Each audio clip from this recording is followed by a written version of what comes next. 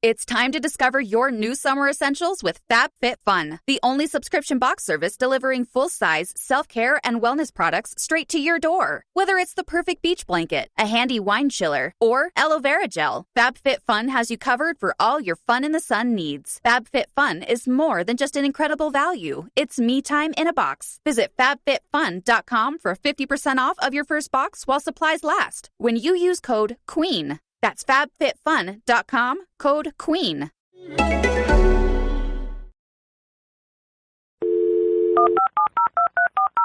This podcast is a Royfield Brown production. Find others on iTunes. All right, here I know. This is Dumpty Dum, sponsored by managers.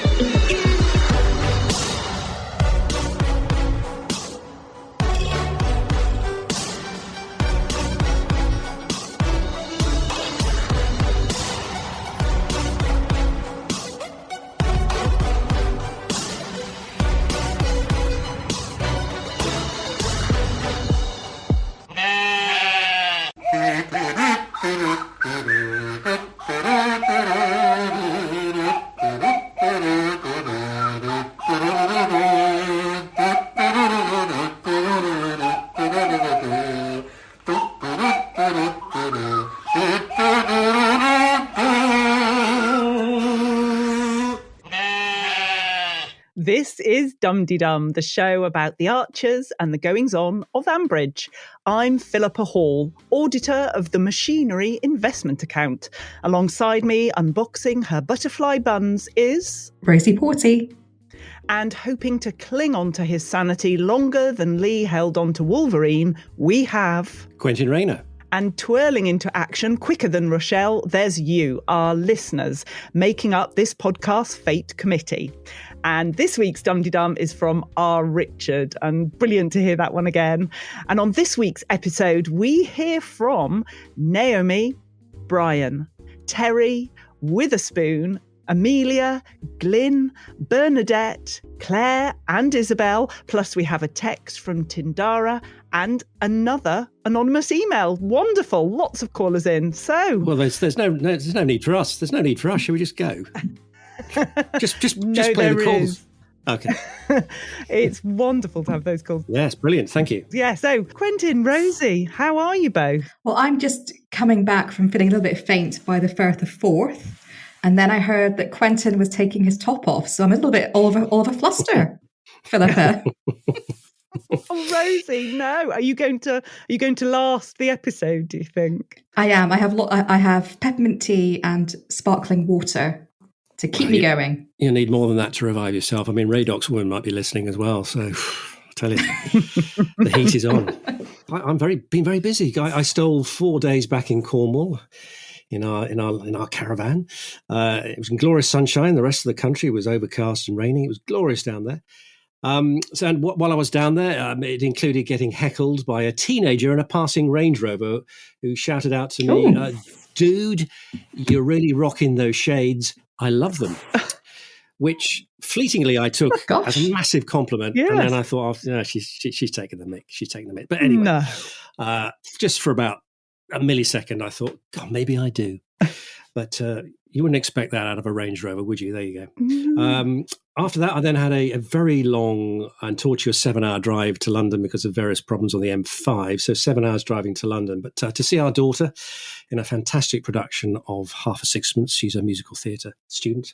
It was brilliant, I have to say, but it was good, which has really raised the bar for Sir Ian McKellen when we see him tomorrow for the opening night of his much-anticipated Hamlet at the ripe old age of 82. Wow. You've got tickets, 82. You lucky things. Yes, hate me now, shall I go? No. Anyway, how about you, Philippa? How was your week? Well, I've just been recovering from the last episode of Dum-de-Dum, which was quite traumatic, I have to say, and I need to apologise to all listeners, and particularly Royfield, because it turned out I was suffering from food poisoning. I'd eaten a vast quantity of cherries before the episode started, and as it went on, it got worse and worse. And poor Royfield, I think, is going to need counselling after all that he experienced. But never mind, recovered now. I will never look at a cherry again. No, well, I'm glad you're better. You say talk about Royfield needing counselling. I think you do because you were thinking of tweeting about it, weren't you, with an cherry emoji and thought better of it? I thought it was fine. It would just be a bit of fun using a cherry emoji. And then I just thought, no, Philippa, come on, let's just Google, does a cherry emoji have any other meaning? And it does. So I'm very glad I checked first of all. Yeah, just avoid the aubergine, eh? Oh, yeah, thank you very much. But there we go. That was our week. But Quentin, what did you think about the week in Ambridge? Quite a lot happened, Philippa, and I think we need to start at the beginning. I think we should start with the A's, don't you? Because we all thought Ian was the chef, but it turns out Adam is pretty good at cooking as well. Oh. The books, that is. Adam's then found out by Brian, who ain't happy, bust up, number 1, which is maddeningly conveyed to us by a highly unlikely one-to-one between Adam and a man he barely knows, Lee. Lee, however, defies all my expectations and tells it straight to Adam, pay the $5,000 back as soon as, and apologise. Adam later splutters a half-hearted apology to Brian through snarling teeth, and the home truths start pouring out of Home Farm. In essence, Adam accuses Brian of treating him differently than his other children, while Brian declares he no longer believes him and wants him gone as farm manager. So not a good week for the House of Aldridge, was it? No. And if all that wasn't enough, Philippa and Rosie, we had Roy to the rescue. Good old Roy. I love Roy. Peggy poignantly reflecting with Lillian on the death of her first husband, Jack, from alcoholism in the 70s. Joy outflanking Linda and getting a wild card under the fate committee. I'm telling you, she's not as goody two-shoes as she seems. Mark my words.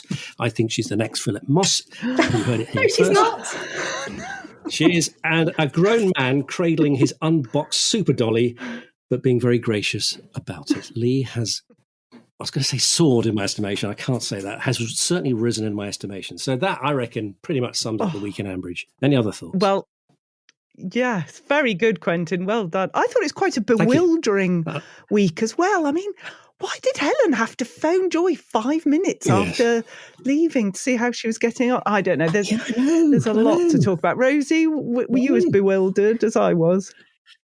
I think there was there was fantastic writing because her nervousness about the dollies being wrecked was, a reference back to her and Rob's relationship. So I thought it was really well done that she was so panicky. And I think there are some links into Joy's past as well, because she was so quick to try and cover things up and prevent Helen from being exposed to any aggression from Lee, that I think there's an abusive husband in Joy's past. You heard it here first. Yeah, I think Joy's a cuckoo. I think she could be a cuckoo. Let's wait to see, because we need to get to the important bit. We need to hear your views, our lovely listeners. And if someone wants to get in contact, how can they do that? If you would like to comment on The Archers or leave us a plot prediction, then leave us a message on SpeakPipe, which you can find on dumptydum.com. Or you can send a voice note or text by WhatsApp to 07957 167 696. which has a +44 at the start if you're calling from outside the UK. Of course, you don't have to call in. If you'd rather email, then we'd be delighted to hear from you. Equally, head to dumptydum.com and click Contact Us at the top of the page. So, what did you, our lovely Dum Dee Dum community, think of the week?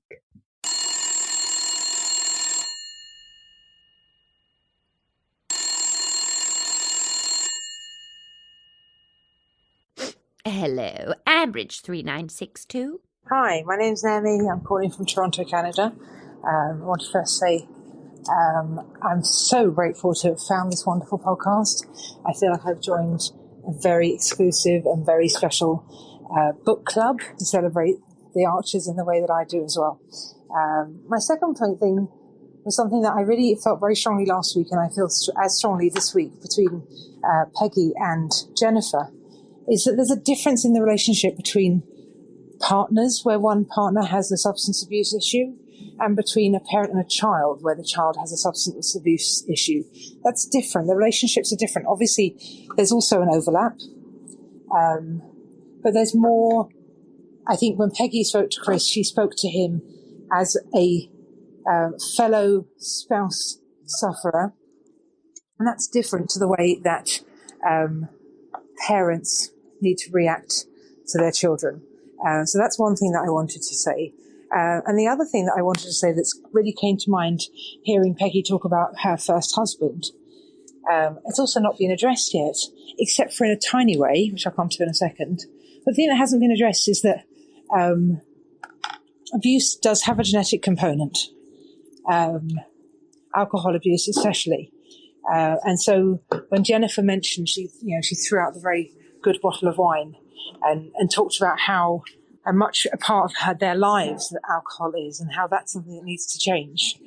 And then you think about Jack as this alcoholic, as Alice's grandfather. And I wonder if that's going to be, I wonder if they're going to go into that in more detail. I really hope so.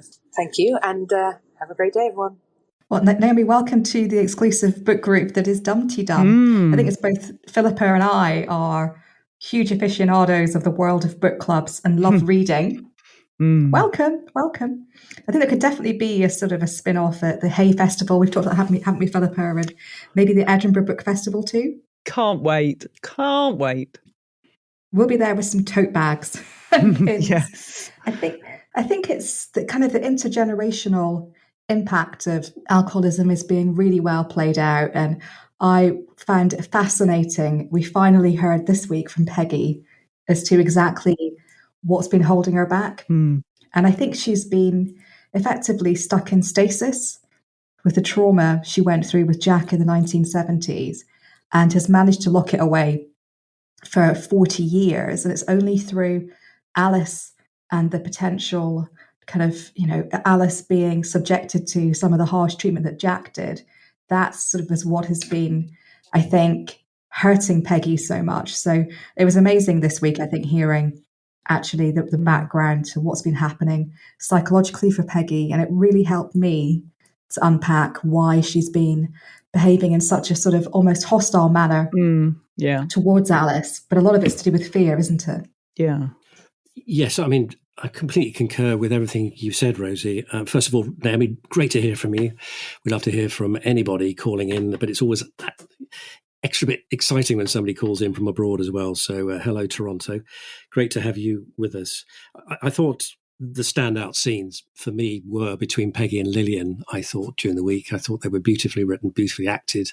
I was entirely and utterly convinced of their relationship as mother and daughter. And it was that generational awakening awareness, if you like, that we saw a bit with the other week with Rory and Adam and Ian, because they were all sort of pussyfooting around him and slightly worried about how they're going to broach it. And Rory's so relaxed about being bisexual.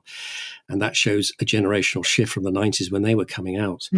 Equally, we saw Peggy stuck in the 70s, as Rosie said, and she thought rehab was like a sanatorium, and then you had Lillian explaining to her how things had changed, and the scales fell with relief as well from Peggy's eyes, you felt, and you suddenly realized that she could see some hope for Alice, and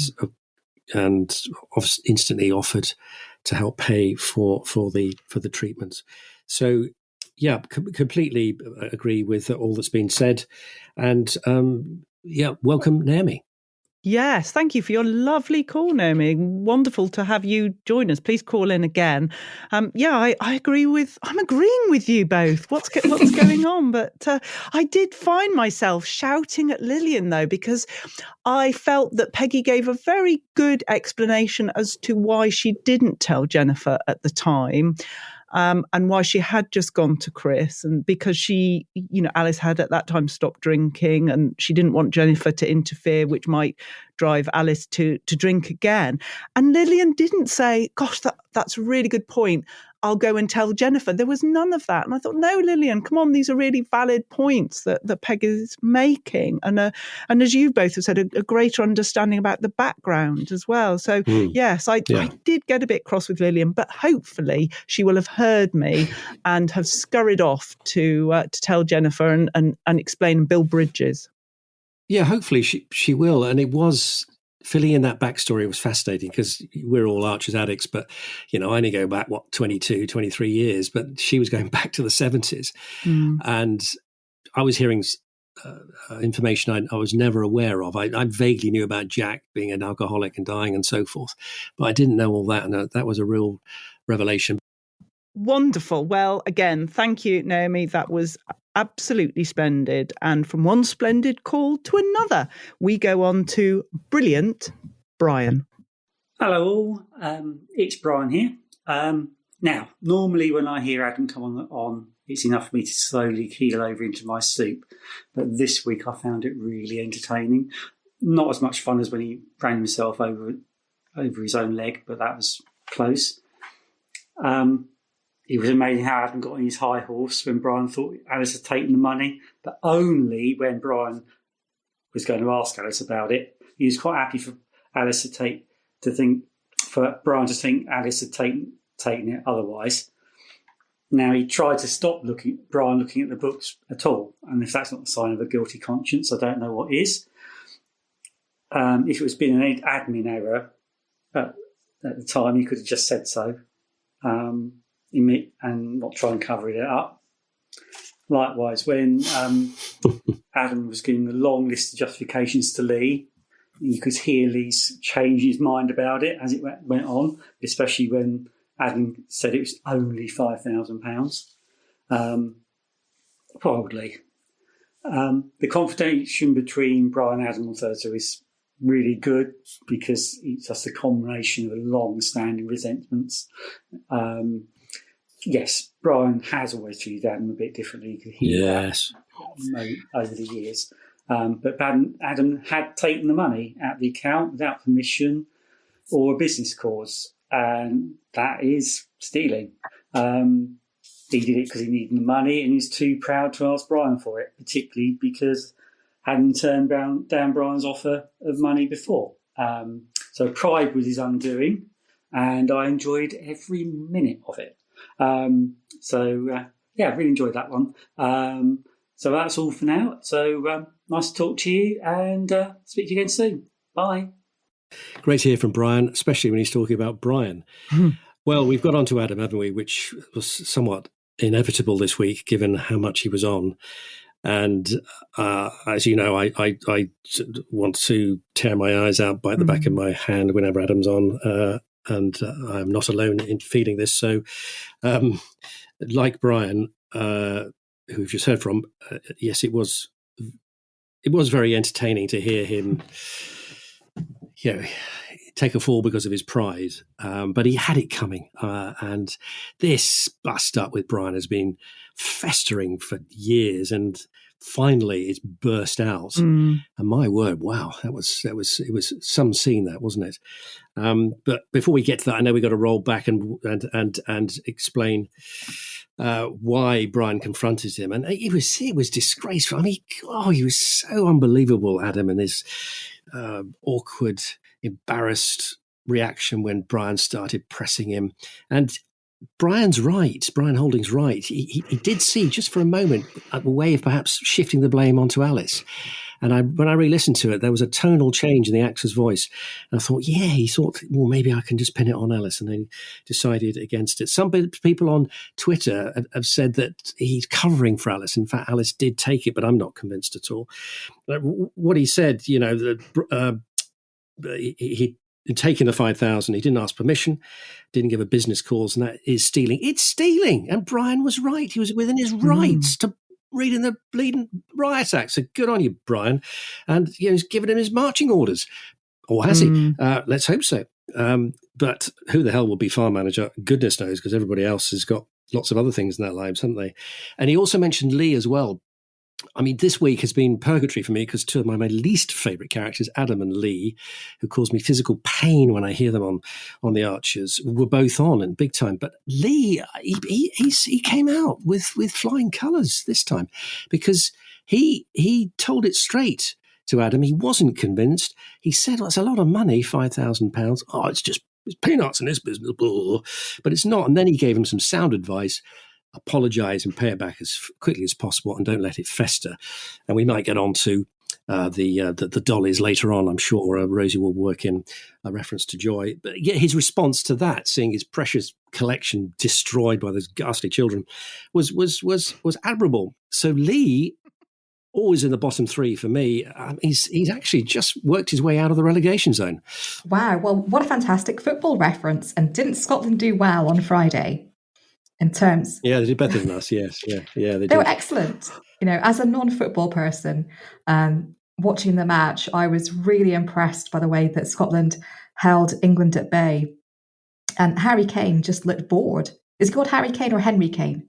Anyway, the Kaney one just looked kind of like a bit sweaty and bored, didn't he? Not impressive. He's not having a good tournament. No, he's not. No. But moving away from, Are we getting back? Are we getting back to the Archers? Let's get back to the Archers. I think in terms of, Adam, that electrician bill, I thought Adam had paid it off in a dodgy way at the time because Ian was questioning him. And I think as somebody, I think on Twitter has actually worked out some of the maths of how, Xander came to be. So I think IVF is really expensive. I think it's something like probably $9,000 per series or whatever it's called. So basically each round of IVF is at least £9,000. So if they had to have, I think they had to have at least 2, if not 3. And because of the lack of regulation on IVF in this country, just the cost just spirals. So I could imagine that, the costs of Xander coming along were quite pricey. And also, Ian, an executive chef at Gay Grables, how much would he actually earn a year? Maybe 40 grand. And, if they're on a profit share at Home Farm, I can't see Adam's salary being particularly high either. So, they're both part-time now, aren't they? That seems to be, yeah. Yeah, so it actually is conceivable that they would be struggling financially, but to nick £5,000 is just unacceptable. That's a hell of an electrician's bill as well. $5,000 for a cottage. Well, if it was a rewiring job, that can be. Yeah, he's using the money for something. He's using the money for something else. Isn't he? Come on, no, he's not. Yeah. No, you're letting your imagination go wild. I think there. No, plenty of people think he's being blackmailed. They think he's being blackmailed by a secret lover. Being blackmailed for being the most irritating, weird character we've come across. No, I shouldn't say that. He should pay us $5,000 for listening to this. I love everything about the Archers. I'll keep saying that to myself. I did enjoy listening to it, as Brian said on his call, this sort of argy-bargy, Adam saying something that I just grimaced at, and then Brian said something, and then I grimaced at that. So I kept changing sides as to who was the worst. And then you could just see the car crash happening of Adam being without a job. He just fell into the trap of that. I can't wait to hear what happens. In that exchange between Brian and Adam, what did Brian say wrong? He was completely in the right. Brian didn't help matters. He didn't calm the fevered waters that Adam was presented. He refused to give any apology. I mean, how Adam thought what he said was an apology, I do not know. Yeah, but they're both as bad as each other, I think, in different ways. What did Brian say wrong? Well, Brian was in the right. I love Brian, but Brian is awful. He's gloriously awful. And Rosie, Brian was in the right, wasn't he? He was in the right. Come on. Rosie? Come on, say it. He was in the right. It's okay. I'm saying it. Brian. No, Rosie. Quentin's bullying you. No. Let me hear this. I've waited years for this. Go, Rosie. So, in relation to Adam nicking $5,000 from the company accounts, Brian was in the right to be annoyed and outraged. Oh, yes. Bless. Okay. I have that on a permanent loop. But, Rosie, But he then basically jumped on this and said, awesome, I can now kick Adam out of the farm. I can get rid of him. No more listening to aquaponic and lamb chat. Goodbye, Adam. And, Adam just walked into it. He was an absolute idiot he just wound himself up, didn't he? I don't think Brian set out to get rid of Adam, but I just think he just wasn't going to offer any compassion. So the minute Adam threw his toys out of the pram, Brian was straight in there with, you better off. going. I didn't think it was premeditated. Yeah, they wound themselves up, but it's been brewing, hasn't it? This dam had to burst in the end, and Brian really hit him with some in the solar plexus, didn't he? I mean, he says, "I do listen to you. I don't always know if I can believe you." What else did he say? He said, "How am I supposed to treat you when I can't even trust you?" Ouch! And then he said, "I need a farm manager I can rely on. I'm afraid it's becoming increasingly clear that just isn't you." Roll the theme tune. Yeah. So he got the last word this week, didn't he? And you're saying this in Brian's defence? Absolutely. I mean, it was all... Well, I mean, bloody Adam's had it coming for years, hasn't he? I mean, what really irritates me about Adam, whenever he is with Brian, he starts off antagonistically. Straight away, he's at Brian. If you listen to it, he starts off having a go. He's prickly, he's defensive. They don't like each other. But, why doesn't Adam revise his approach to Brian? And as Brosie said, he walks straight into this. Straight into this. Lee was right. Yes. And that's tough for me. That's tough for me to say. Well, what another great call. Thank you very much, Brian. And now we need to move on to... I might have to take my shirt off again. No. Hot and bothered after that. Calm down, Quentin. Calm down. We need to move on to terrific Terry. Hi, it's Texas Terry O calling from Austin, Texas, the best part of Texas and the only part of Texas ever worth going to because it is the only blue city in a sea of red. But anyway, I'm calling to talk about Joy, and I'm curious if she is there to introduce us to an elder abuse storyline. We have already established that the walls were real thin between her and Helen's, so if she can hear all the rambunctiousness of Helen's kids, then surely when her Rochelle comes to visit, Helen and Lee will be able to hear the arguments going on the other side of the wall. It's been established that her Rochelle is, how does she say it? Misunderstood and anxious and not violent or angry. I'm sure they didn't use the word violent, not violent. They obviously didn't use the word violent. They used violent. I'm sorry, it's early in the morning over here and I haven't had any coffee. But I think that Rochelle's history of not being around, canceling last minute, and the way that she's always made Joy kind of go over the top for her, I think it's all going to end up with some elder abuse, and that's my bet. That's what I'm wagering anyway. Y'all have a great week. Well, thank you very much, Terry. And I think also Joy is such an interesting character. A lot of people have some strong views about Joy, and there have been some interesting questions about whether Rochelle is a real person. Is she a work of fiction, or is she dead? I think with a spirit asked on Facebook.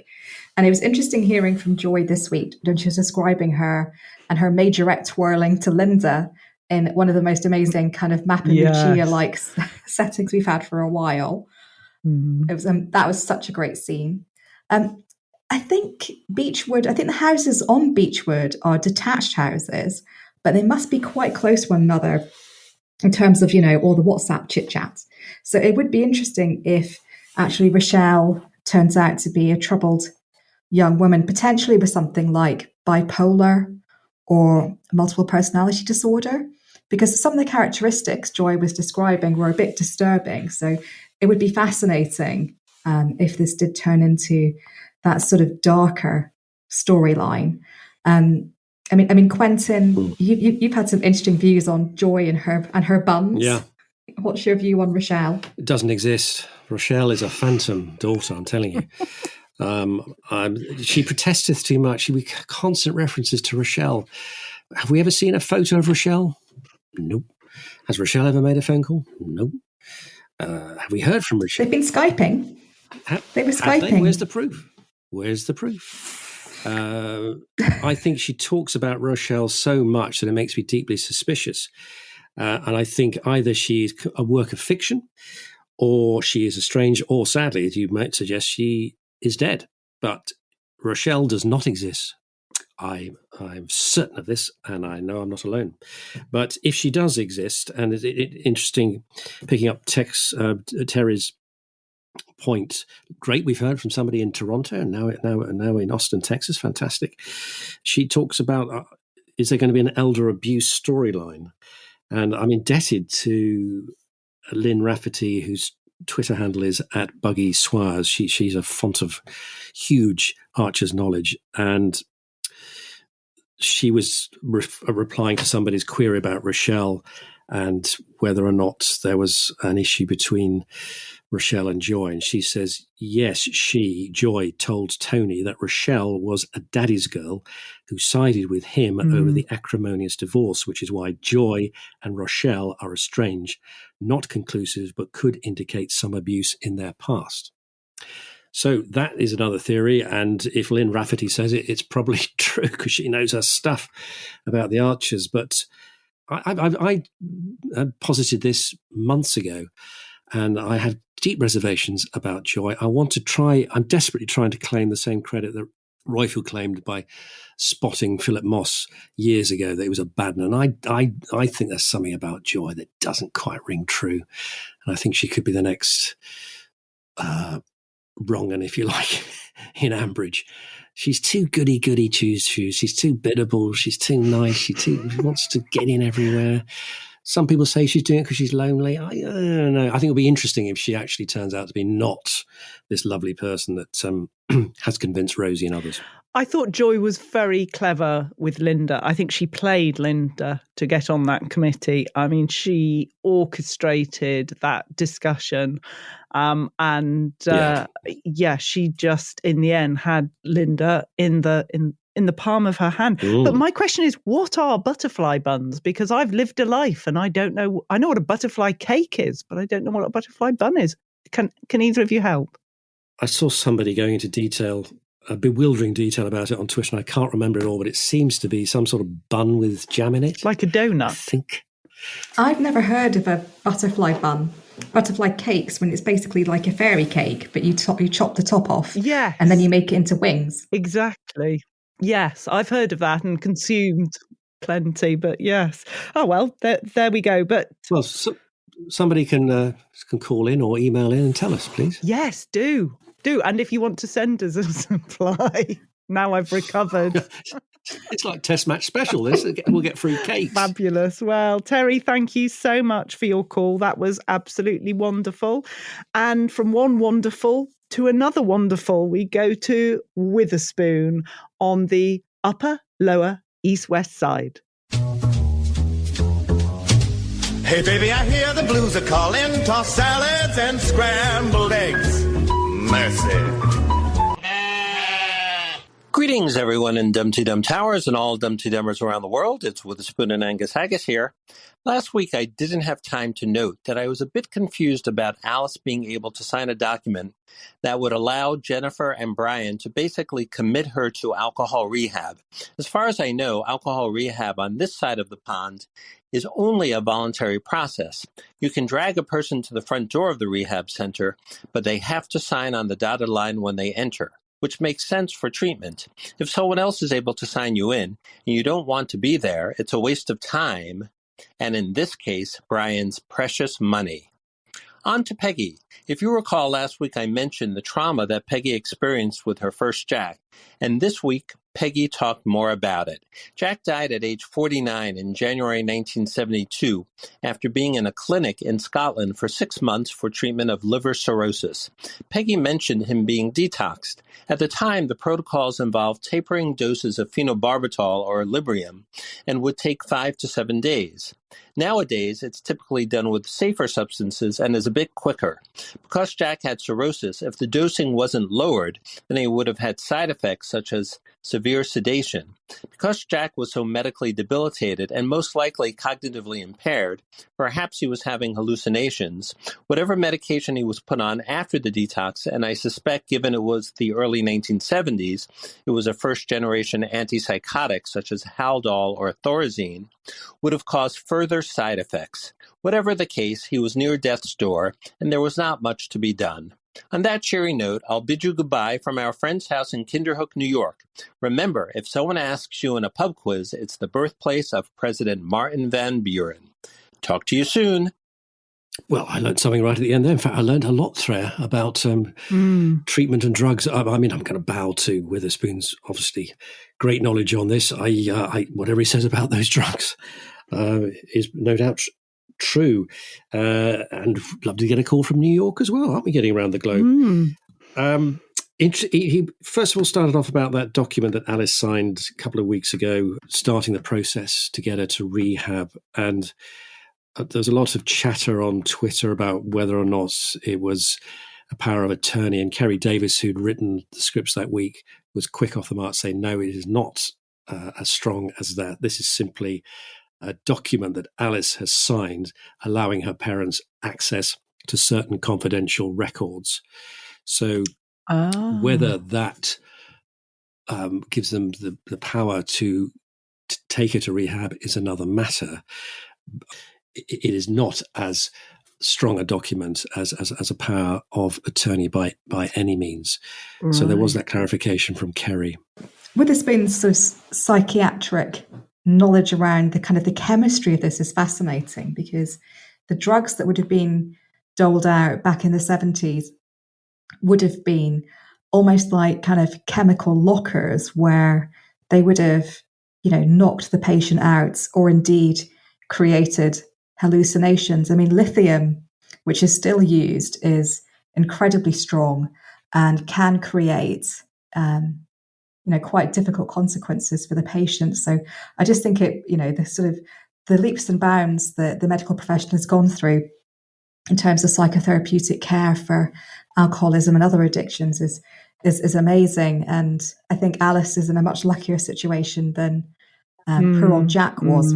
And again, I think the pain in Peggy's voice when she was talking about Jack was palpable, and just tremendous acting. Yes, I think you could really hear Peggy sort of thaw a little when she was hearing about more modern methods, and the sort of the relief that it wasn't going to be as bad as she experienced, and that she's carried that with her throughout. And I'd wondered about power of attorney, so it's really interesting to hear you say that, Quentin, and obviously to have Witherspoon's incredible knowledge. It just really helps on the background of it all. I mean, I think all of the Aldridges, well, apart from Rory, need a family session in rehab. I think if they do that, though, they'll be there for a very long time, because there is an awful lot to cover there. Good grief. I mean, can you imagine having to deal with that lot?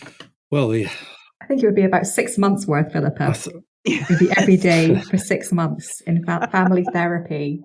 And I mean, even the kind of their family tree is so complicated. And again, it's these, intergenerational impacts. I mean, I know nothing about Brian's family heritage at all. True, yeah. So I know nothing about his background as to exactly what has led him to be so wonderfully entitled. That's kind. Is how I would describe it. That's very kind of you.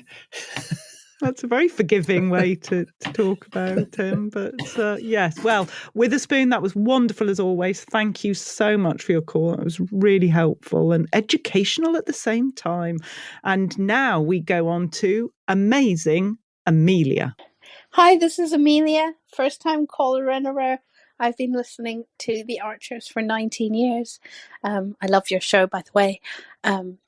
So I have a few things to say. One is, where is Alice getting her money? I was assuming that maybe Chris was giving her some sort of stipend, but then how does he feel about the fact that she's spending most of it on booze? But then if he wasn't giving her any money, then maybe there would be some sort of moral issue there. So I was just wondering.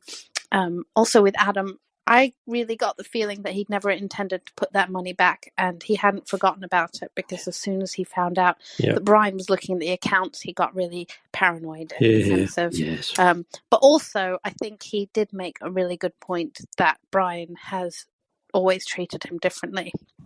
And I think really Brian has always had a problem with him being gay, which he can't scoff at, because either he didn't go to Adam and Ian's wedding, or he just went at the last minute, but he had a problem with it, so he can't pretend that he doesn't have a problem with that. And it makes me worry about Rory and what happens if he comes out as bi. Will Brian reject him the same way he rejected Adam, or will it help him to overcome some of his own homophobia.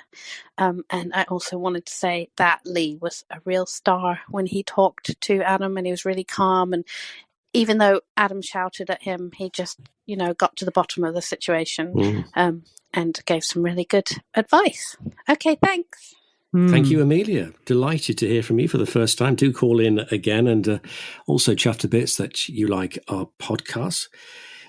Just working backwards, I've already spoken about my admiration for Lee this week and the fact that he has risen in my estimation. I thought he handled both scenarios this week extremely well. His smash dolly boxes and also handling Adam. So I completely agree with you on that.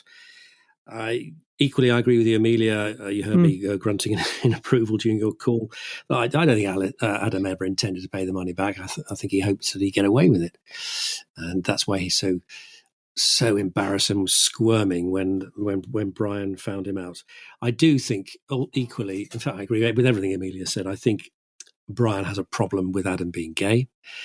And it will be an interesting dynamic because Adam threw in, didn't he, those three things about why he thinks he's treated differently. He asked, what's it with me being wicked, not being your birth son, and being gay?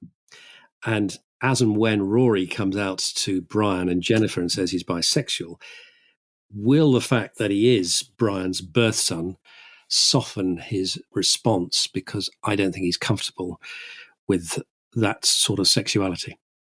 I'm not sure I agree. I think that it was Brian that convinced Ian's dad, I think, to go to the wedding. Or there was, I just remember now sort of, I know what it was. So Sid was being homophobic about the wedding, and that kind of turned Brian's attitude a bit. And then actually Ian's dad came along looking for directions to the wedding. And that, again, I think made Brian see things a bit differently, because I think Ian's dad is like a hale and hearty farmer from County Antrim.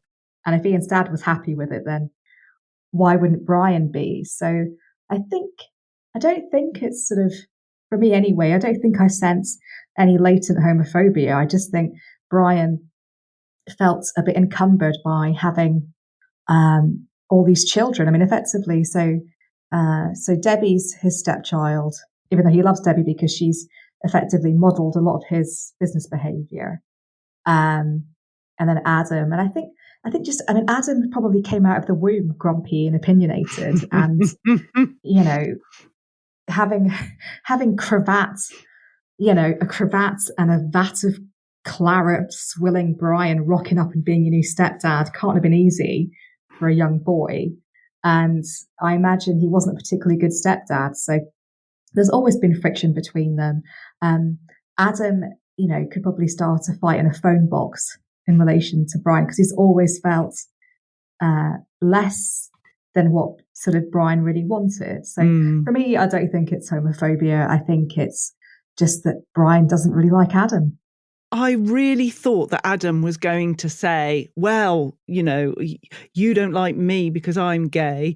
And guess what? Rory's bi as well. I thought he was going to throw that in. And I'm glad he didn't, because that would have been highly unfortunate as a way to introduce that to Brian. I do think Brian will be fine with it. I agree with Amelia. Brian was late to get to Adam and Ian's wedding. But I would hope that a lot has happened since then, and he's moved on.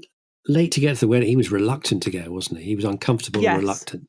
Yes, both. So he was reluctant and he was late. So what does that say about his attitude to homosexuality? But that was what, 10 years ago? Yeah, I would hope. I'd be very disappointed in Brian, and I'm sticking my finger out and waggling it as I'm saying it. So I would be very disappointed in Brian if he still has any of those issues, and he better not. What will swing it is because Rory is his birth son, and he's the son he always wanted. So But Amelia's right to raise the issue of money as well. I mean, what is going on with money with Alice? Have they still got some of the credit card bill left unpaid? Is Chris having to pay all the costs for Martha, which I'm not sure how much he'll be able to afford and what's happening with their home. I mean, at the moment, you can make a lot of money by putting your home on Airbnb to rent out for the summer. So if they've got anything upstairs to think about, they should be getting on and letting that out to help the coffers. But Amelia's right. Can I just make one aside comment here? Talking of weddings, what happened to Jill and Leonard's engagement? Are they engaged? Are they engaged? Well, Leonard had that long chat with David saying, I'd like to propose to your mother, and David wasn't. No, but what's happened to that? No, I think they decided not Didn't to. she say she was happy as she was? Happy as things are. No. So they've done a Justin and Lillian, have they? They decided not to get married. Yes, but I think they decided not to get married sort of at the time they were discussing getting married, not minutes before the wedding. Not because Jill was having sex with somebody in the caravan. So they're not. Rose, you can't use that word on a podcast. About Jill? Sorry. Edit it out. Keep it in. At least it said sex and not something else. Rosie, come on. So they're not getting married, Jill and Leonard? They're not getting married? No, I don't think they are. No, I think they had a very honest No, they're happy as they are. Yes, and Jill said there's no need, that she's happy. It's amazing what you forget, isn't it? I mean, we've been so consumed by the Alice storyline, you forget about all the other little storylines that were brewing. And that was a big deal for David. He was so horrible about it initially, wasn't he? Yes, he was. As you say, so much has happened. We need an update on how Jill and Leonard are. Is he still doing his painting or not? But anyway, the last we heard from Leonard was the time capsule. He's a nice chap, Leonard, isn't he? He is indeed. So thank you, Amelia. That was wonderful. And now we go on to the brilliant Glyn. Hello, Dumpty Dum. Glyn here. Not on location this week, just a call. So, to start at the end with Adam and Brian, whilst Adam made quite a few points to Brian that are valid, he didn't necessarily make them in the best way. He clearly hadn't listened to what Lee had suggested. He certainly hasn't handled the affair over the money very well, and we know that he's really not played straight there on that. He hasn't even told Ian what's actually happened as far as we know. And in terms of his own moral compass, well, let's just say Charlie Thomas and Pavel. So all in all, it was a bit like watching a football match between two teams, neither of which you are your own. It's quite interesting, but you're not terribly worried about the outcome. On other matters, other characters, well, perhaps Lee is realising that being a good father is actually being a superhero, and we'll see where that takes us.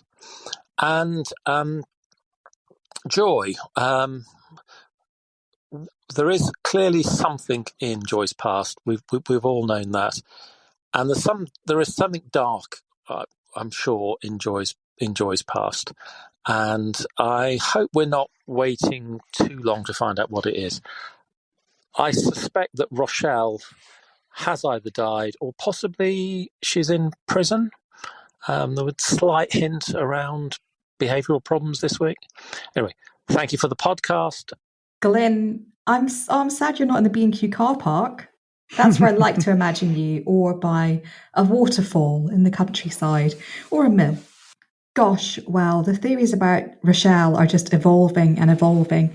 Now she's in prison. Who knows where else she could be? Perhaps she's a, international woman of mystery and is in Monaco or somewhere like that. I mean, goodness knows where Rochelle is. And I hope it isn't anything too dark. And it's an interesting analogy around the football teams you don't really care about in terms of Adam and Brian, and they're kind of jousting against each other in a sort of failed man-off, where in the end, the person that's going to really suffer from this is Jenny. Because if Adam is kicked out of home farm, then Jenny will be heartbroken because he was her first son and she loves him to pieces and always stands up for him. So I really hope that Jenny isn't given another thing to sort of break her heart because she's having a really horrible time at the moment. The Jenny point that you've just made, Rosie, I think will be the clincher. That's why I don't think Adam will be given his marching orders, because I think Brian's love for Jenny and the pain that it will cause her will make him back off, and reluctantly he'll accept that Adam should stay as farm manager, which is a great shame. But anyway, we're stuck with Adam. He's there to stay, isn't he? So, but going back to the money, bear in mind, Glyn is a tax expert. He has actually he's been called before the House of Lords and they've listened to his expertise on these matters. So Glyn knows about money, and Glyn is on the money as far as I'm concerned, because he says Adam hasn't played it straight, read the money, and he hasn't. So if Glyn says that's the case, it is the case. Where I disagree with Glyn is his football analogy. He says it's like a football match. Neither are your own team. It's quite interesting. You're not worried about the outcome. I was absolutely passionate about the outcome. I am Team Brian, Glyn. So I was absolutely riveted. And I wanted Brian to win. And he did. So it was more significant, Glyn, than I think you're giving it credit for. Totally agree with you about Joy. There is something in her past. I won't repeat myself, but there's more to come out. Rochelle, has she died or is she in prison? That's another theory, the prison one. They keep coming. But thanks for that, Glyn, as ever. I think I am the only person on this entire planet who thinks that there's nothing untoward with Rochelle. I think, as we've heard even on this discussion, that Rochelle is not a fan of Joy anymore, that they've had a falling out. But it sounded like they were close when she was young, or certainly Joy thought they were close. No, I think everything's fine. I think there's going to be a lovely reunion in a few years' time, and it will be wonderful to have Rochelle on the Archers. We're going to hear it's not going to be like Hazel when she came. It's going to be wonderful. So I'm just going to live in my own little bubble and hope that that's fine. But I just wonder, with Adam, is he going to blame his job loss on Lee? Why?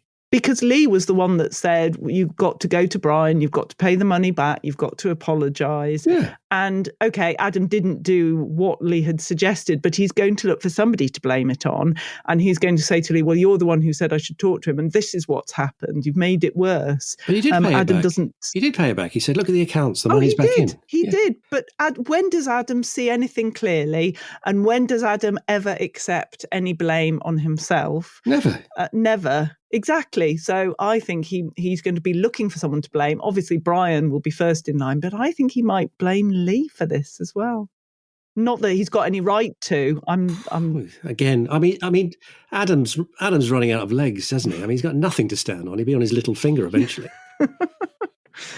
Oh dear. Well, Glyn, you've got us talking. That's for sure. And yes, it's going to be an interesting week next week, isn't it? I can't wait to hear what happens next. But we've got more calls, so we need to go on to Bright Bernadette.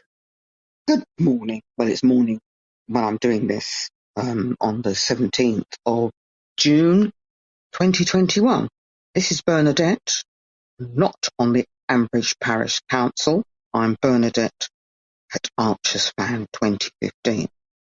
Anyway, for the DIR, digital interview recorder, for Rosie and at Ninzi and other line of duty abbreviation slackers.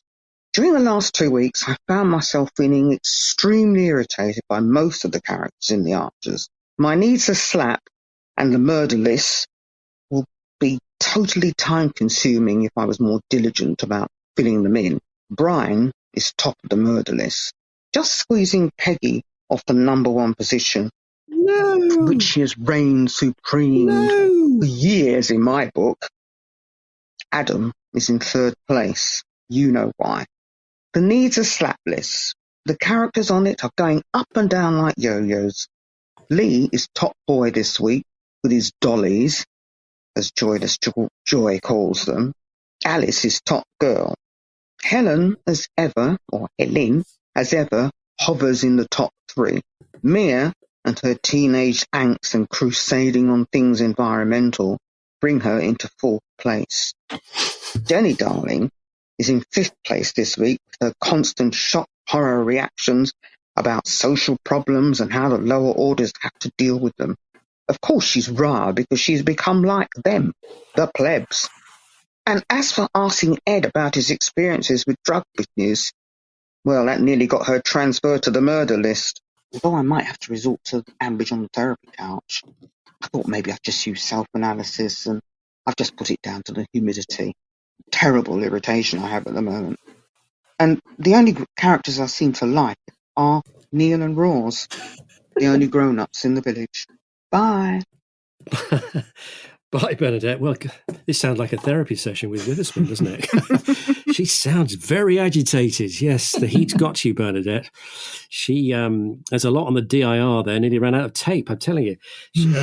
I'm convinced Bernadette would like to be on the parish council. She sounded very upset that she isn't. So, my word, she would be a force to be reckoned with on the parish council, wouldn't she, our Bernadette? But yeah, the murder list and needs a slap list. Wow, it's pretty extensive and ruthless. Completely disagree with you, Bernadette, about Brian and Peggy. No.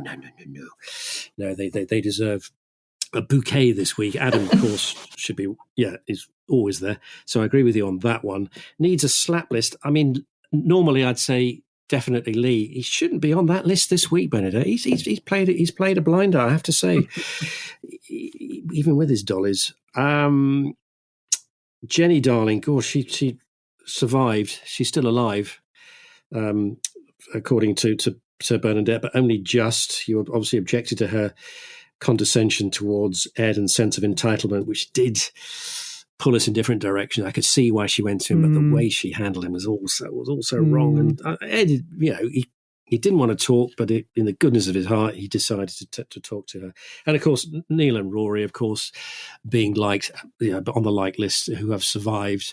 Absolutely, they're both lovely characters, and Rory is developing into a lovely character.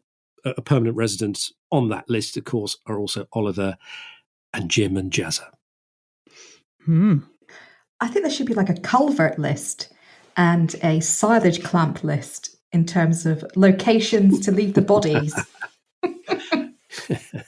You're obsessed with that silage. I love my silage clamp. That silage. It just makes me happy saying the words silage. You want to see Brian flailing in that, don't you? That yes, I do. And then the only thing to rescue him is his cravat. But oh no, I can't reach. Sorry, Brian. Bye. As Jenny would say, bye, darling. It's kind of the sort of what I just was just thinking, actually, in terms of who we haven't heard from, who's really, really annoying. Tom, where is Sausage Boy? Oh, yeah.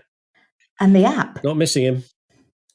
The Bridgefresh app should be, coining it in at the minute, but where is Tom? And actually, somebody that Alice could speak to would be Natasha, because Natasha's father has bipolar disorder and has, obsessive traits, etc. And Natasha was so good with Kirsty when Kirsty went through her manic phase. Just thinking about other support routes for Alice, because, she'll go to the rehabilitation place for 6 weeks, but then when she comes back, she needs people to talk to who will support her and understand rather than judge her. So I guess I'm just calling out to get Natasha back. Leave Tom can stay away, but let's get Natasha back. Where would you put Russ on Bernadette's lists? The murder list.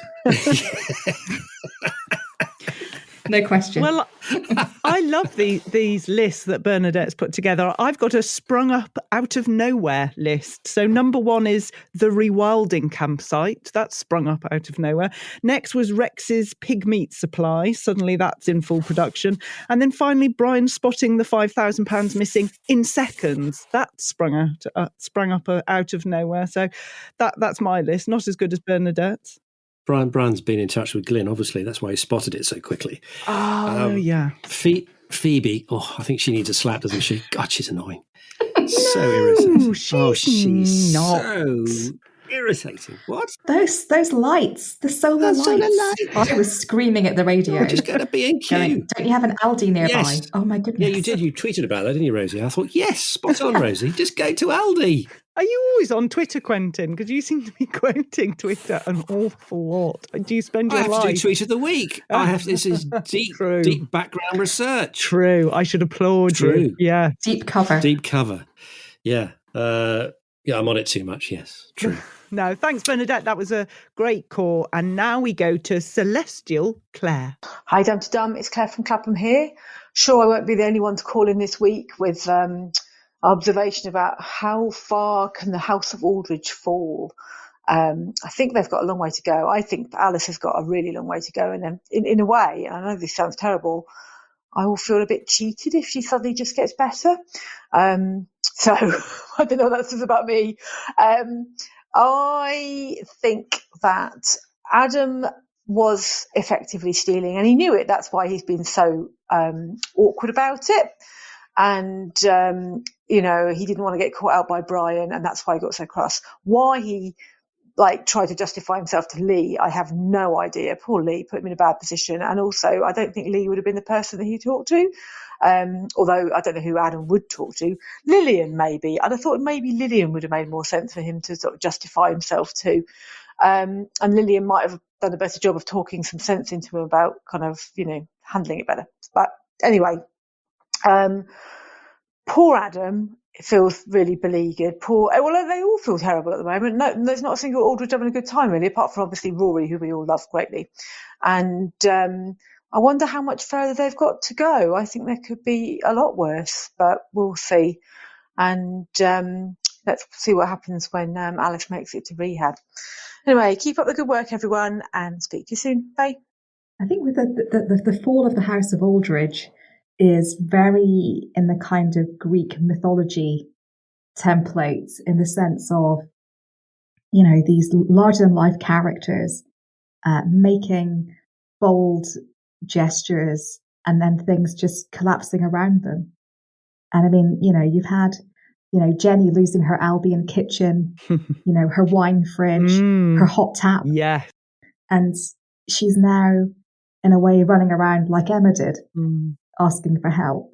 So but in reality, for Jenny, she came from a very poor background. And I think that's why, in a way, she finds it so difficult to kind of engage empathically and realistically with Ed, because she denies her past. And so many of the characters in that family have, denial running through their veins. They can't admit to their past. They can't really plan for the future because it's just chaos at the moment. And in a way, they need to have an enveloping cotton wool kind of rug wrapped around them to try and keep them safe, because it feels as though, what's going to happen next? I mean, will Debbie's Hungarian enterprise fall to pieces because of Brexit? I hope so. So she comes home.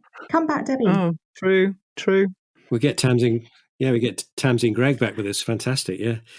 Interesting comparison there, Rosie, I thought, between Emma hurtling around the village trying to raise money so she could buy a house and Jennifer. There are similarities. I hadn't clocked that. Yeah, very well spotted there, yes. Claire thinks there's still a long way for the House of Aldridge to fall. She's right. Interesting point. She would feel cheated if Alice suddenly gets better, and the wretched Archer's fairy sprinkles her dust and everything is cleared up. Given how long this has gone on for, I don't think that's going to happen, and neither should it actually. Although July the 7th. She's going to go into rehab, and I tweeted about it saying, is that going to be respite day for all of us? So I think we probably all need it, a few weeks off. I completely agree with you, Claire, and I didn't find it plausible for Adam to turn to Lee, of all people, to open up. Just didn't ring true. He's only ever shown condescension towards Lee up to now, grumbling about his DIY and helping him put up the odd shelf. So he would not be the person that he would open up to about such a personal thing, of which he was acutely embarrassed about. that just didn't ring true. And I think you're right. He has opened up in the past to Lillian, and it should have been her, and that would have been more plausible. So again, very perceptive thoughts there, Claire. But then Adam only opened up because he'd been so vile to Lee with his outburst. So in a way, he had to explain it. And then Lee turned into Oprah Winfrey. Obviously, Lee's going to have a new chat show soon. But it was interesting. Lee sounds like a teen. What should we call it? Hello Dollies. Very good. Very good. Yeah, I just thought Lee sounds like a teenager and Adam acts like one. But at the end of the episode, when Adam admitted it, he said, "Because it was me, I took it." Oh my goodness, yes. Adam! Over the top. Over the top. Oh, awful. He needed awful. the EastEnders ending, the afterwards. Like, crikey. Yeah. Another super call, as always, from Claire. Thank you so much for calling us. And now we go to inspirational Isabel. Hi, Adam. I'd never class Adam as the, I wouldn't say thief, like the desperate type, like desperate for money type. Because, he's got rich parents. He must be quite well off. Why would he have to steal money to get, pay some bills? I mean, he could have just asked Brian or Jenny for money. If he was that desperate, then he could have just asked them for money. I can't believe, I don't really think Adam will leave Home Farm. I think maybe Brian will calm down a bit and Adam will calm down a bit. And yeah, maybe there'll be a reconciliation and Adam will be able to carry on working at Home Farm. Yeah. So, Helen and Lee. Great. Although I found, I could understand. I know many people don't really understand why Helen panicked a lot. Panicked about them superhero figures, but I know why. It's she's still trying to deal with the relationship with Rob and everything, and it's hard. I don't see how anyone. I don't think anyone can really fully get over that. Having a coercive boyfriend, a controlling boyfriend / husband. Yeah, so, yeah. I'm glad that Lee wasn't really very, was quite laid back about the superheroes. I was expecting him to be a lot more, a bit more upset. I didn't expect him to, just have a rethink so quickly, sort of thing. I expected him to just carry on as he was. That's all really I've got to say, really. Bye. Bye, Isabel. Thank you, as ever. Isabel's call could have just finished after her first sentence, really, when she went, "Adam, ugh." That could have been it, really. That says it all, doesn't it?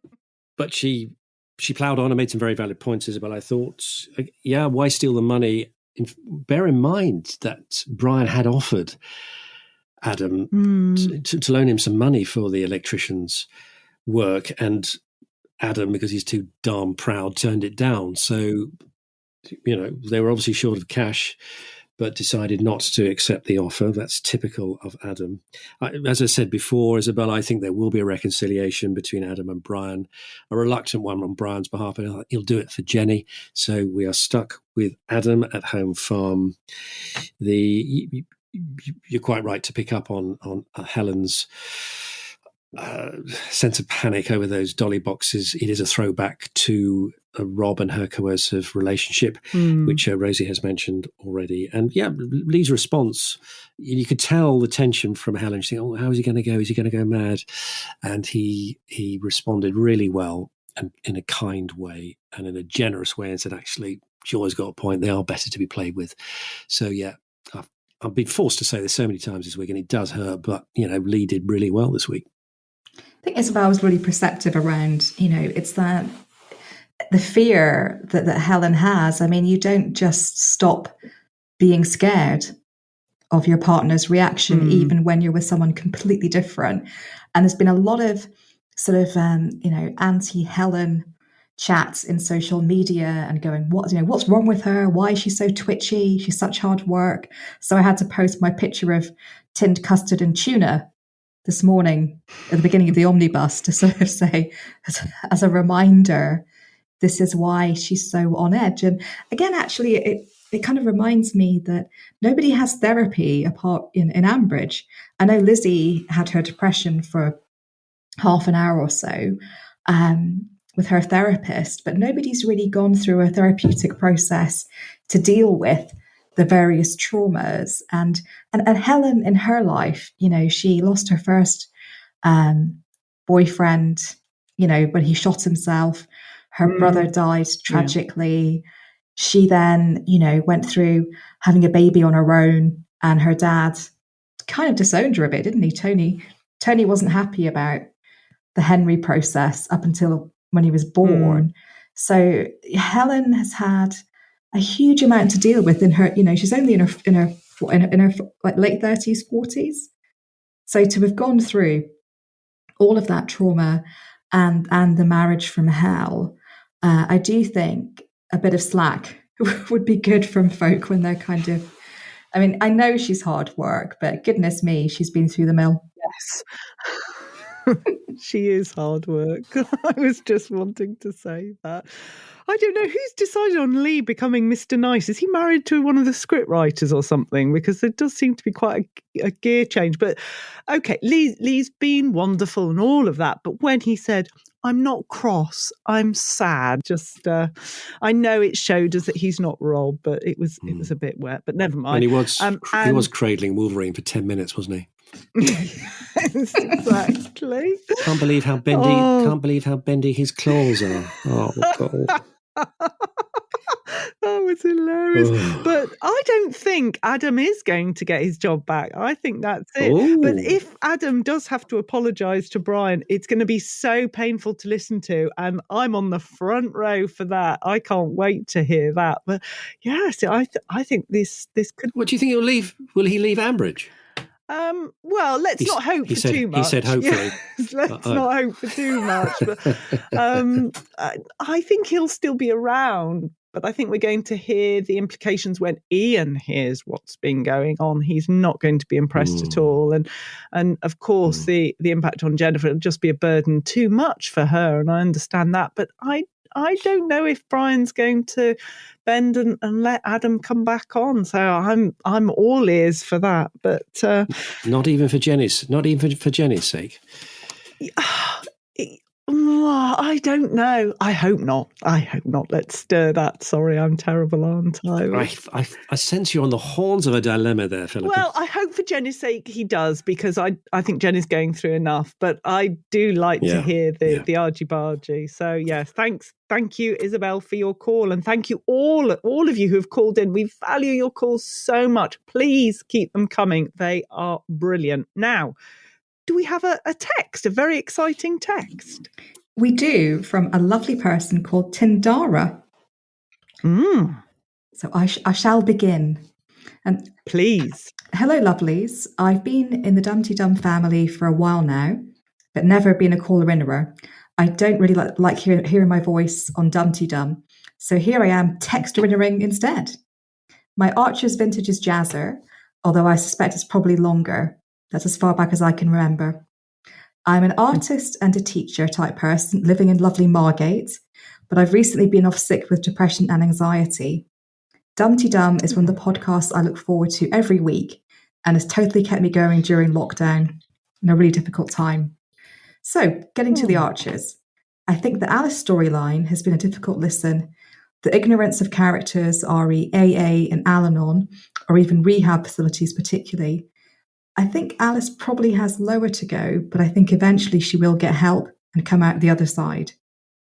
A lot of Dumpty Dummers and Archer's characters, Peggy particularly, seem to be writing her off completely, so I was really glad to hear Fallon coming to her senses and talking about an illness. Before I go, I just wanted to congratulate Royfield on his new venture at UC Berkeley.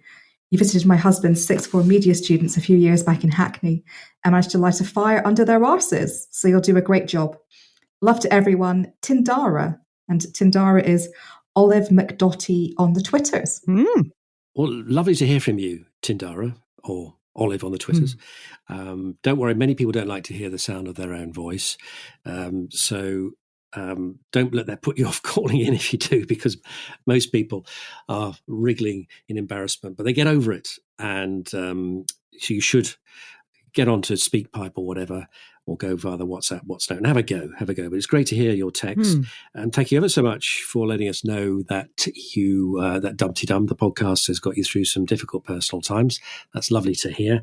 That's what we're here for. And you say you call yourself Tindara. I think since you're an artist, but since you're a Margate, I do think, in fact, you are really Tracy Emin, because that's where she works from, isn't she? So I think this is Tracy Emin. Wow. Texting in to Dumpty Dum.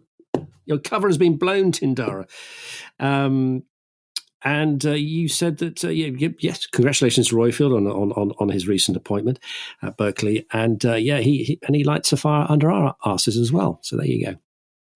Tindara, thank you so much for texting us. Do text again. Don't give in to Quentin's bullying. You don't have to call in. You can text us anytime. That's absolutely fine. I wasn't bullying. I'm encouraging her. It's not bullying. Yes, we need Debbie, I think. We need Debbie to come and save the day. And Brian does seem more obsessed by sort of Alice's behaviour and attitude than the actual drinking problem. But and nobody in the village has mentioned AA, so that there's a lot to be done there. But yes, Tindara, thank you so much. Please do text again. Now, do we have any emails? We do. We have heard again from Mr. Anon of Ambridge. Oh my word. Which is very exciting. So the subject is Dumpty Dum Email Arinera. And it goes like this. Dear Rosie, Philippa and Quentin, I have another question for you. My agony aunts and uncle, which relates to the WhatsApp group in Ambridge.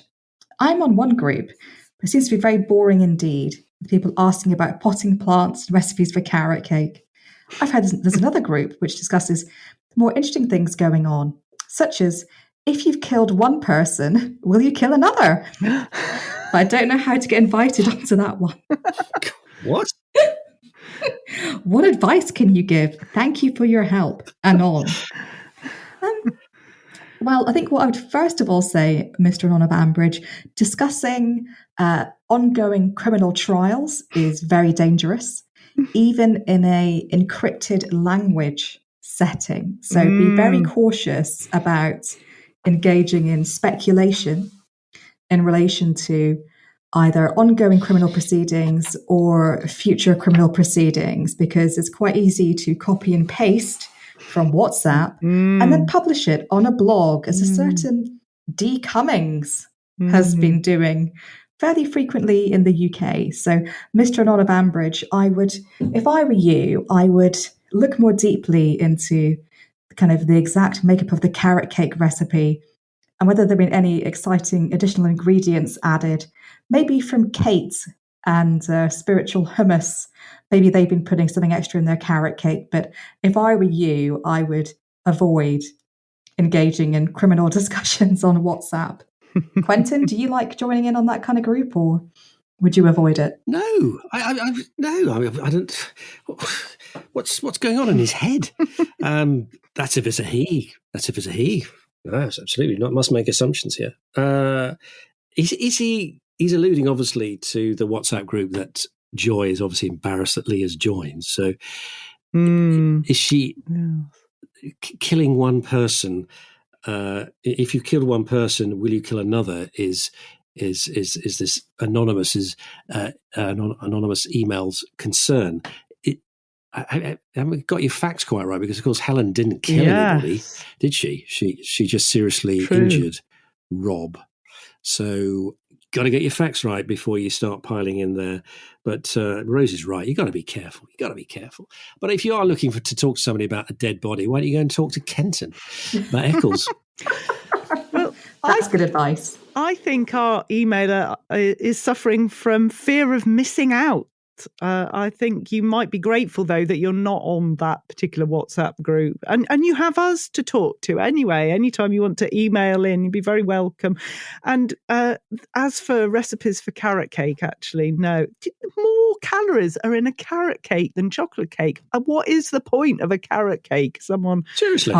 Yeah, well, certainly when I sat down, yes, I went to a cafe where they showed you the amount of calories on each slice, which is no way to advertise cakes, I have to say, but still. And the carrot cake was, I don't know, about 800 and something a slice, and the chocolate was 600 and something. So I was healthy. How big were these slices, Filippo? It sounds like it was kind of like an American cafe or something. No, this was quite a well-known cafe. Oh. I was surprised and perplexed, but yes, it's good to know that chocolate cake's the healthy option. But anyway, thank you so much for emailing in. We love to have your questions. Do contact us again. And now let's sit back for some socials with our sensational Sue. Hello, lovely people. Sue here with another roundup of this week's joy. I'm going to start on a positive note. Who do we like? Asked Sue Cousins. And Gillian Corrigan wrote a list. Everybody on her list has either died or been banished, so perhaps don't like the same things that Gillian likes. But we did have a lot of lovely lists and brought in from all sorts of people. Elizabeth, Deborah, Karen, Sam, Jackie, Ian, Fiona, Maria, Margaret, Anna, Sarah. Enough of them. And we have, coming up on the list over and over, Lillian, Susan, Joy, Debbie, Kenton, Jolene, Harrison, Jim, Linda, Johnny, remember Johnny, Neil, Clary, Tracy, Oliver, Jazza, Ben, Alistair, Tony, Elizabeth, Follen, and finally Webster the Spider. Oh, and Emma, but only from time to time. It's a good list. It's a good list. There were some people who were notably not on there. Shula, Kate, Brian, all of them were mentioned on the bad boys list. And of course, Adam, who is the village Eeyore. Isabel suggested that he might have laughed once in 2019 when skinny dipping before Xander was born. And Fiona said he was only happy and had a pulse when he had the affair with Charlie. Monique misses Charlie, but we're all playing a waiting game. Charlie to arrive in the polytunnels saying, "Hello, Adam," or Rob saying, "Hello, Helen." That would be so much worse. And we all know Rob's not in Ambridge, at least for now. But Adam might have laughed once in Africa as well. It's a shame we didn't get to hear it. We do know that at least if Rob turns up, that Lee is there to protect Helen and Jack Gideon, and Joy will be watching from next door. Peter Fox reckons she's a bunny boiler. Oh, and that leads us up to the action figure box ripping. Joy got some very tough criticism from people, including Fiona, on allowing the spawn, the demon spawn, to open the boxes. Tommy reckons she encouraged them. Plenty of people coming to her defence, though, and to the defence of Jack Gideon and Henry, much speculation in whether they have a loft in the Beechwood developments, and Teresa would like to know what Joy would have in the loft, leading Karen to suggest that Rochelle is in a little corner like Mrs. Bates at the Bates Motel. Does anybody believe in the campsite opening? Jonah Titchmarsh certainly doesn't. He points out all of the admin that should have been done, risk assessments, actually making sure that the premises had adequate things, including not relying on a last-minute Amazon drop-off of some bloody fairy lights. Lynn Rafferty points out she loved the idea of glow gnomes, or indeed whether they're popping in the shop to buy some torches. It doesn't sound like they've taken advice even from Kate, and I really can't quite believe that I'm saying that. I don't know if it's apparent how much I despise Kate, but I really do. I suppose we have to mention Brian and Adam, and the pack is very much divided into the Brian and the Adam. And we've got lots of people who commented on that. Rosamond, Julia, Joan, and those who think Brian should shut his cake hole, frankly. Many people consider that Adam stole from the business, which is what it appeared to be, but also equally exactly the same rigour that Brian appeared to be applying to taking money for Alice's rehab. Double standards, Brian, but that's nothing new, let's be clear. And I'm going to end with Rob Williams saying that was the least believable episode ever. I think it's fair to say that was the least believable episode this week. And I'll leave you all with that. Have a lovely week. See you soon. Thank you, Sue, and everyone who's posted their thoughts on the Dum-de-Dum Facebook page. We love the community there. It's really growing. Wonderful. And now it's time to crown our tweeters of the week. Quentin. There have been a plethora of tweeters who deserved to be on the podium, but there are only 3 places, as we know. So it has been a struggle to choose because I have been spoilt for choice. But what I am pleased to say is that all 3 medalists this week are new. They are new medalists on Tweet of the Week. So I shall go, as ever, in reverse order. And in bronze position is Paul Jones, whose Twitter handle is @PaulRRed1. And he speculated about an alternative script for the Peggy and Lillian exchange. And it went like this. Peggy, he didn't die peacefully. Lillian, why? Peggy, I was there talking to him. Cold. Cruel. But there are a lot of Peggy bashers, and they'll enjoy that one. Yeah. So that cruel one gets you a bronze, Paul. So do I say well done? In at silver is Dawn Oliver. Her Twitter handle is @FelixKeepsOn. And she suggests this. She says, is Adam practicing to be a Tory? That apology was cabinet level. Very good. Yeah, I like that one. Yeah, so well done, Dawn. Like that one. But in gold position, and this was posted early in the week, but despite all these fantastic contenders, has stayed there all week in my mind. And it comes from Eliza Bennett, whose Twitter handle is @ElizaBennett3. And she posited this one. She says, did Adam take the money for acting lessons? That is very good. Yeah, that got a lot. That got an awful lot of likes. So we've got a hint of cruelty in this. I mean, these newcomers are cruel. Funny. They're tough, but they're funny. They're funny. Yeah. So well done, Eliza. Very, very good. Well, and well done, Quentin, for selecting them. Excellent. Well, to keep this podcast on the air requires some funding to cover essential costs. So if you'd like to support Dum Dee Dum, you can join the Dum Dee Dum Patreon community for $2 per show. If you make your way to the dumdeedum.com website and click donate at the top, you can follow the links to Patreon, or you can go direct to Patreon as well. Oh, and also what really boosts the podcast profile is if you can write us a review on Apple iTunes, preferably a glowing one. That would be so kind. Thank you so much. And it's the British Podcast Awards coming up in July, and you can vote for us at britishpodcastawards.com/vote. And remember, to get in contact, you can send us a voice message via SpeakPipe on the website, or leave a WhatsApp voice note or text to 07957 167 696, which is +44 7957 167 696 if you're outside the UK. Now, on Twitter, which is clearly a place I spend far too long on, according to Philippa, we have the @Dumpty. Do remember, if you do go on Twitter and join the tweet along or tweet about the Archers, to always use the capital T and A when you use the hashtag the Archers, because then it means the visually impaired can read all our tweets. So the Archers, capital T, capital A.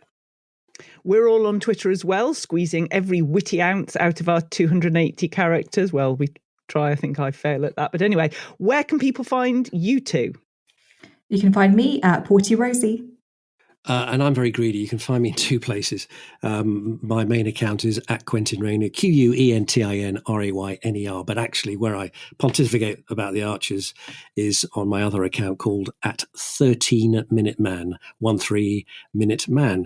And that is where I can be found. Very good. And I can be found at QuickBook Reviews. We should also, of course, say thanks to our social media supremos, Cosmo for his podcast roundups, Shambridge for her wonderful voices, Mike Hatton for his character counts, and of course the wonderful Lucy V. Freeman. And we end again with this wonderful Academic Archers singing on Zoom. But before that, what will happen this week? Will Brian and Adam make up and skip round the fields together? Will Rex and Phoebe need no help whatsoever again, only to remember they've forgotten that rewilding includes rewilding? Will Lee host a story time using Wolverine and the Hulk to show stealing is wrong? And he's not cross, he's sad. And will Joy's secret finally be revealed, that Rochelle is actually an alien from Jupiter called Stanley? All will be revealed. And so it's bye-bye from me. It's goodbye from me. And it's goodbye from me. Dum dee dum dee dum dee dum dum dee dum dee dum dum dee dum dum dum dee